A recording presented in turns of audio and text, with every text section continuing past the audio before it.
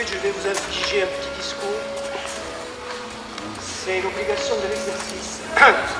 Je tiens d'abord à vous remercier tous très chaleureusement d'être venus soutenir, entourer, accompagner Guy Frédéric dans cette rude épreuve du vernissage. Pour nous, association des Marbrières de Cosne-Minervois, l'acte d'exposition n'est pas une entreprise mondaine. Il renvoie toujours, symboliquement, à la pratique primitive, il y a bien des siècles, à l'aube de nos civilisations. Un enfant était transporté sur le sommet d'une haute montagne et livré, exposé, victime expiatoire, au bec déchiqueteur des rapaces affamés ou gourmands. Guy Frédéric est-il dans ce sentiment? L'ayant côtoyé ces jours derniers, moi, le secondant commissaire maladroit, dans la disposition des très diverses pièces que vous pouvez regarder et voir alentour, je peux vous assurer que même s'il a une certaine appréhension que son travail ne soit pas véritablement vu, il n'a pas la crainte d'être déchiqueté par des yeux armés de crochets.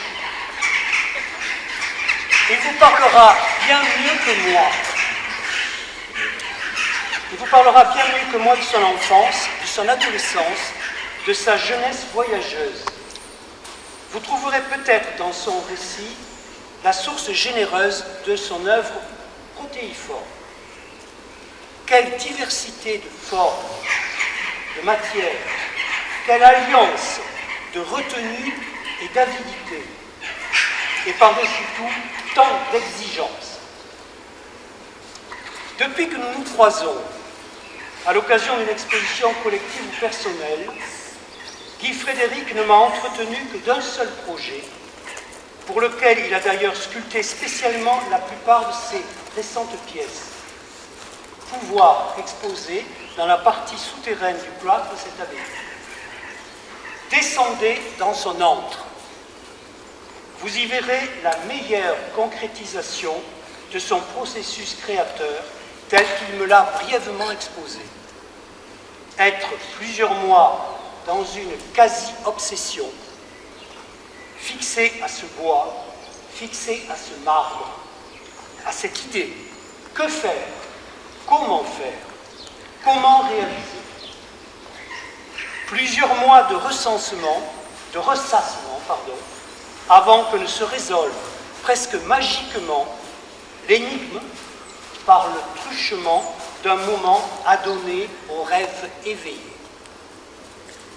Car c'est ainsi, par le rêve, que sont nés ces êtres hybrides, couronnés, et sans autre visage qu'un œil béant empli cependant de l'énergie vitale, du bois, du marbre, de l'acier.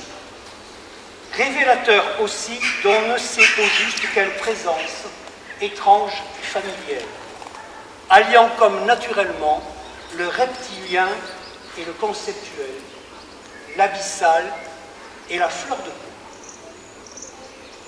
Vous le savez tout autant que moi, quand en de semblables circonstances qui échappent au temps habituel que soumet la distraction, on est comme forcé de regarder pour voir, conduit à réfléchir pour concevoir.